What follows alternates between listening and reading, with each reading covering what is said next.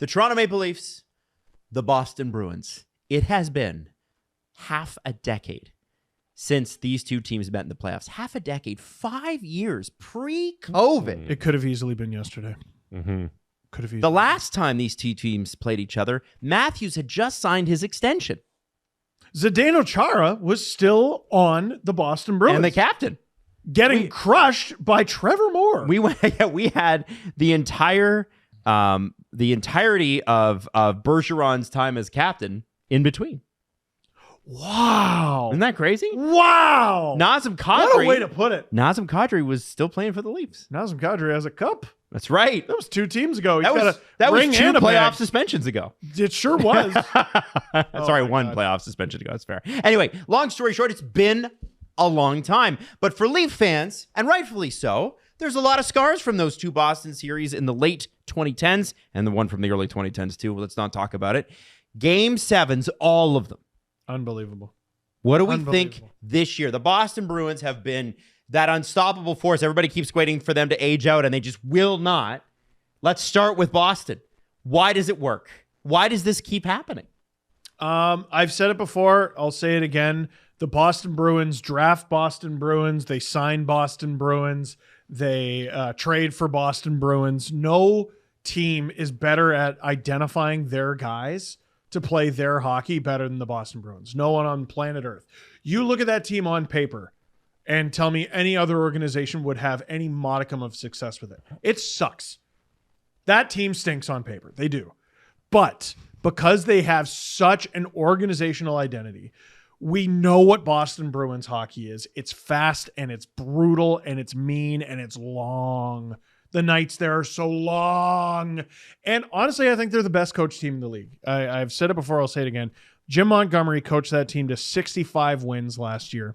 Won the Jack Adams. He deserves it more this year, even though they won 18 fewer games. They won 18 fewer games, and they finished a point back of winning the division. Yeah, they lost the division on the last day. Now, are they... to read out the lineup you said sucks? This lineup sucks. Okay. We got Denton Heinen, Zaka Pasta on the first line. Enormous fart. Marchand Coyle DeBrusque. That's the second line. Lauco. Am I saying Lauco correctly? Yeah. Geeky Frederick. Are you fucking joking? Beecher Boyquist Maroon. I haven't heard of Beecher, which means he'll be the first to score tomorrow. JVR is the healthy scratch. And on D, we have Lindholm McAvoy. That's incredible. Grizzlick Carlo. Good. That's okay. The Shat Deuces and Peak. That's fine. And then in net, we got Mr. Swayman is looking to get the start in game 1. Well, Jim Montgomery wouldn't say. But I mean, for all intents and purposes, it doesn't matter. They're both incredible. Sure. So, like, yeah, they get good goaltending. Yeah, they have a goal scorer who just has like the touch of death with Pasternak. Lines 1 through 4, the Leafs should beat them. They should wipe the floor with them, and they're getting doubled up. They scored 7 goals in 4 games. That sucks. Mm-hmm. The Leafs stink against this hockey team, and they built themselves to be a better playoff team, and I feel like they've done that, and I really like a lot of the things the Leafs have done. And they're playing the worst possible matchup they could. They have physically, like in terms of in reality, dominated them this season. And in terms of ghosts and spirits and witchcraft, that team owns the Toronto Maple Leafs' hearts. Hearts and minds. Here's what I want to bring up. And I get the regular season thing completely. Mm-hmm. I have a hard time believing that the Leafs losing streak against Boston this year is going to, like, I don't think Leafs are going out 4-0. I think they're going to win. Knock it on wood. Clip it. But I don't think so.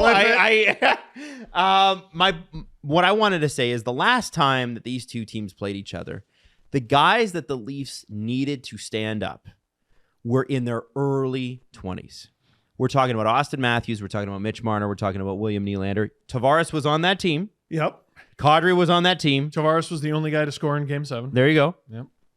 But we're talking about a team that used to play Zach Hyman with a busted knee against Patrice Bergeron in the faceoff dot, shorthanded. Now, I know that was the season winger. Before. It would have been bad if he was healthy, and he wasn't. Yeah.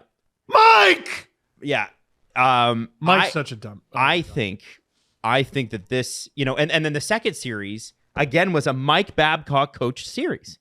Mike Babcock extended his deal, extended his time in the NHL because of the Game 5 performance of the Toronto Maple Leafs in the second series.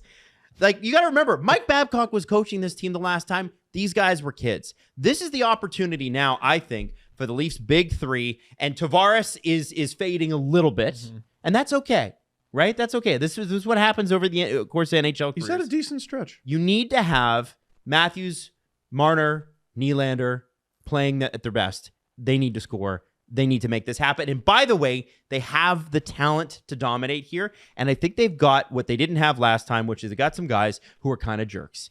Tyler Bertuzzi was a Bruin last year, understands what it is to be a Bruin. 10 points in 7 games. Max Domi was spectacular for Dallas in the playoffs last year. 13 points in 19 games. And on defense, you've got Joel, I'm going to replace your spine with my carbon fiber stick, Edmondson. Mm-hmm. Okay. You've got Bush back. Mm-hmm. You've got Benoit McCabe. Nasty. I feel like obviously there's ghosts, guys. There's ghosts. But I do feel like we got a much better team this time. Can I please just ask how much of a factor the Leafs stinking the last 2 weeks of the regular season has an effect on this series? Because if you look at it, William Nylander struggled a little bit. He's been on third line, so his points have obviously gone down. But 11-game goalless streak. Not great. The Austin thing, not getting the 69 when that's the only point of the last 2 games. Like, it wasn't about winning. It was just about getting this guy a goal. They don't do it. It's 4-game losing streak, if you count the OTL. Mm-hmm. How much of a factor does that play into going into the series? You can't let it. I don't mind that they're going in hungry. Mm-hmm. I don't mind that they're going in hungry. They've gone in fat and happy enough. No, good. Go in a bad mood. It's usually they start in a great mood and then it slowly dies. Or this is a good thing. Or they start panicked and Mike Babcock openly on the bench is telling them, calm down. It comes down to 2 things. Number one, if the Leaf Stars show up and they get some depth scoring, no reason they shouldn't win the series. Goaltending. If Swayman stands on his skull and brain and Sammy is unplayable, it's over.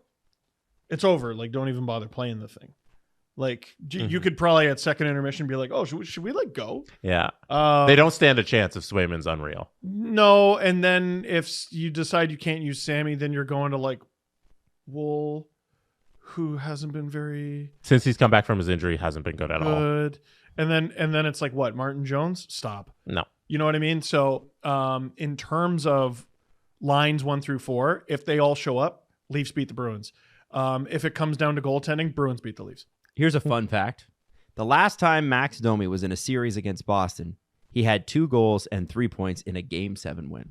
Nice. Wow. For what team? Carolina Hurricanes. Nice. Wow. Yeah.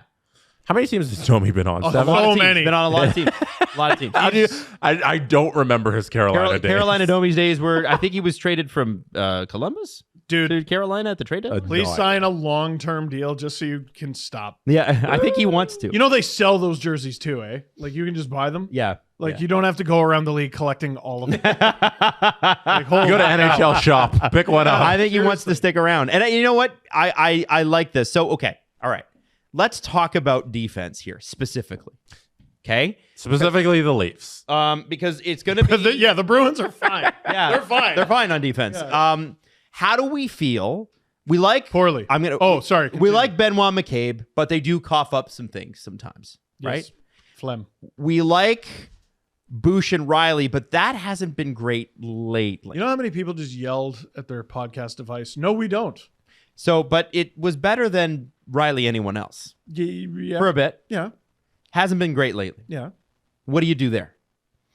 How do you manage that pair and make sure that Morgan Riley, who was an absolute animal in the playoffs last year, can be an absolute animal? And this is what they're going with for context. Riley, Labushkin, Benoit McCabe, Edmondson, Liljegren. Yeah. They have 5 pairs. I don't remember the last time I've seen that Go ahead. in practice.